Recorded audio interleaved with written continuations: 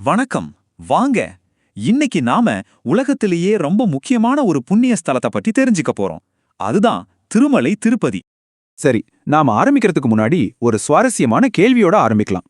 உலகத்திலேயே பணக்கார கடவுள்னு சொல்றோம், ஆனா அவர் ஏன் கடன்காரரா இருக்காரு? இதுக்கு பின்னால ஒரு பெரிய கதை இருக்கு. முதல்ல அந்த கதை என்னன்னு பாப்போம். மகாவிஷ்ணு வைகுண்டத்தை விட்டு ஏன் பூமிக்கு வரணும்? இதுக்கெல்லாம் காரணம் ஒரு புராண கதை தான். இந்த கதைக்குள்ள 4 முக்கியமான கட்டங்கள் இருக்கு. முதல்ல பிருகு முனிவர் கோபத்துல விஷ்ணுவோட மார்புல உதைச்சிடுறாரு. அங்கதானே மகாலட்சுமி இருப்பாங்க. அவங்களுக்கு கோபம் வந்துடுது. உடனே வைகுண்டத்தை விட்டு பிரிஞ்சு பூலோகத்துல கொல்லாபுரம்னு ஒரு இடத்துக்கு வந்துடுறாங்க. அப்புறம் என்ன, மகாலட்சுமிய தேடி விஷ்ணுவும் பூலோகத்துக்கு வராரு. ஆனா சீனிவாசனுங்கிற பேர்ல வந்து வேங்கட மலையில ஒரு புத்துக்குள்ள தியானம் பண்ண ஆரம்பிக்கிறாரு. அங்கதான் ஆகாசராஜாவோட பொண்ணு பத்மாவதிய பார்த்து கல்யாணம் பண்ணிக்க முடிவு பண்றாரு. இப்போ இங்கதான் ஒரு ட்விஸ்ட். கல்யாணம் பண்ணணும்னா நிறைய செலவாகுமே. அப்போ சீனிவாசன் என்ன பண்றாரு?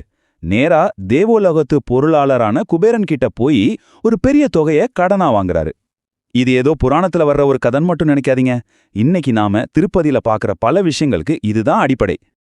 சரி, கதை இருக்கட்டும். இப்போ அந்த இடம், அந்த ஏழுமலைய பத்தி பாப்போம். அந்த மலையே ஒரு தெய்வம்னு சொல்றாங்க. அது எப்படின்னு தெரிஞ்சுக்கலாம் வாங்க.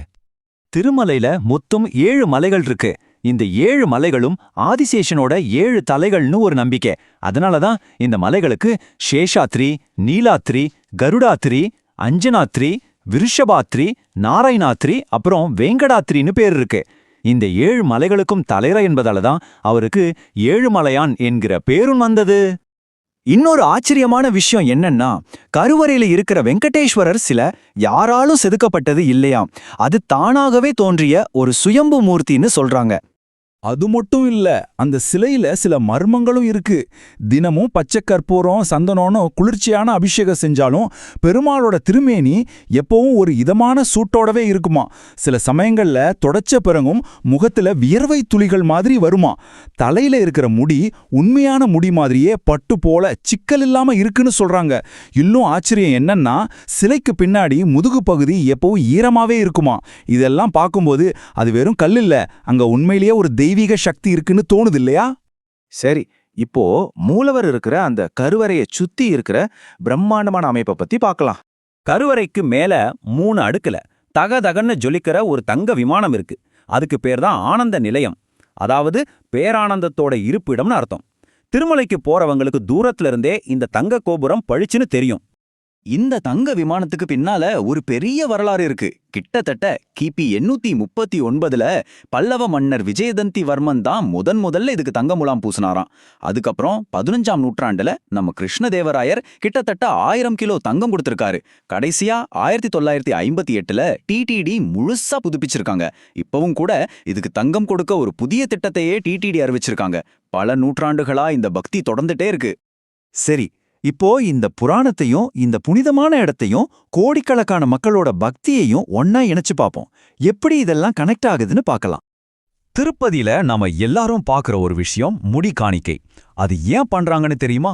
அதுக்கும் ஒரு கதை இருக்கு. ஒரு முறை பெருமாளோட தலையில காயம் ஏற்பட்டப்போ நீலாதேவின்னு ஒரு காந்தர்வ இளவரசி தன்னோட அழகான முடிய வெக்கி பெருமாளுக்கு வச்சு சரி பண்ணினாங்களாம். அப்போ பெருமாள் யாரெல்லாம் எனக்காக தங்களோட முடியை காணிக்கையா கொடுக்கறாங்களோ அவங்களுக்கெல்லாம் உன்னோட ஆசி கிடைக்கும்னு வரம் கொடுத்தாராம். அதனால இந்த முடிக்காணிக்கைங்கிறது வெறும் நேர்த்திக்கடன் மட்டும் இல்ல, நம்மளோட அகங்காரம், நம்ம அழகு மேல நமக்கு இருக்கிற பற்று, இது எல்லாத்தையும் விட்டுட்டு முழுசா பெருமாள் கால்ல சரணடைகிறதோட ஒரு அடையாளம் தான் அது. பாருங்க, ஒரு சின்ன செயல் ஒரு பெரிய புராணத்தோட எப்படி இணையுதுன்னு. இப்போ நம்ம ஆரம்பத்துல கேட்ட கேள்விக்கு வருவோம். பெருமாள் ஏன் கடன்காரரா இருக்காருன்னு கேட்டோம் இல்லையா? அதுக்கு பதில் இங்க தான் இருக்கு. பக்தர்கள் உண்டியல்ல போடுற ஒவ்வொரு பைசாவும் பெருமாள் குபேரன் கிட்ட வாங்கின அந்த கடனை அடைக்கிறதுக்காக தான் போகுதுன்னு ஒரு ஆழமான நம்பிக்கை இருக்கு.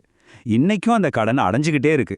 சரி, அடுத்தது திருப்பதின்னு சொன்ன உடனே நம்ம எல்லாருக்கும் ஞாபகம் வருது என்ன? லட்டு தானே.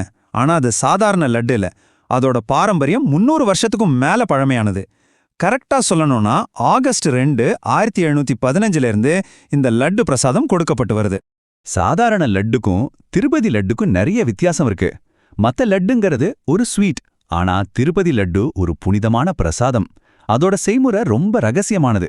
அதுக்கு திட்டம்னு ஒரு பேர் கூட இருக்கு. அதனால தான் அந்த டேஸ்ட்டை எங்கேயும் கொண்டு வர முடியாது. இதோட முக்கியத்துவத்தை பாருங்க. 2009 இருந்து இதுக்கு புவிசார் குறியீடு, அதாவது ஜியோகிராபிக்கல் இண்டிகேஷன் டேக் கூட கொடுத்திருக்காங்க. இது வெறும் இனிப்பு இல்ல, பெருமாளோட ஆசீர்வாதம். யோசிச்சு பாருங்க, அந்த புராண கதை, அந்த 7 மலைகளோட தாத்பரியம், சிலையோட அதிசயங்கள், இந்த மாதிரியான நம்பிக்கைகள், இது எல்லாம் ஒன்னு சேர்ந்துதான் ஒவ்வொரு வருஷமும் 3.5 கோடிக்கும் அதிகமான மக்களை, அதாவது 35 மில்லியனுக்கும் அதிகமான பக்தர்களை திருமலைக்கு இழுக்குது. அப்போ ஒரு கோயிலோட புராணமும் அங்க இருக்கிற நம்பிக்கைகளும் கோடிக்கணக்கான மக்களை ஈர்க்கிறதோட ரகசியம் இதுதானா? ஒருவேளை திருமலையோட உண்மையான சக்தி அதோட செல்வத்துல இல்லாம அந்த கடன், அந்த பக்தி, அந்த தெய்வீக அருள்னு ஒன்னோட ஒன்னு பிணைஞ்சிருக்கிற இந்த காலத்தால் அழியாத கதையில தான் இருக்கோ? திருமலைக்கு வர்ற ஒவ்வொருத்தரோட வாழ்க்கையிலயும் இந்த கதை புதுசா எழுதப்பட்டுக்கிட்டே இருக்கும். ஆன்மீக அன்பர்களே, பதிவை பார்த்து ரசித்தீர்களா? நீங்கள் அனைவரும் மறந்துவிடாமல் நம்முடைய ஞானபாரதம் யூடியூப் சேனலை சப்ஸ்கிரைப் செய்துவிட்டால் நாங்கள் போடக்கூடிய அத்தனை விதமான ஆன்மீக பதிவுகளும் உங்களை வந்து சேரும். அற்புதமான ஆலயங்கள் பற்றிய பதிவுகள், அகத்தியர் பற்றிய பதிவுகள், மகா பெரியவர் பற்றிய பதிவுகள், ஜீவசமாதிகள் பற்றிய பதிவுகள், நம்முடைய இந்து பண்டிகைகள் பற்றிய பதிவுகள் அனைத்தும் வந்து சேரும். எனவே நம்முடைய சேனலை சப்ஸ்கிரைப் செய்யுமாறு கேட்டுக்கொள்கிறோம். வாழ்க வளமுடன்.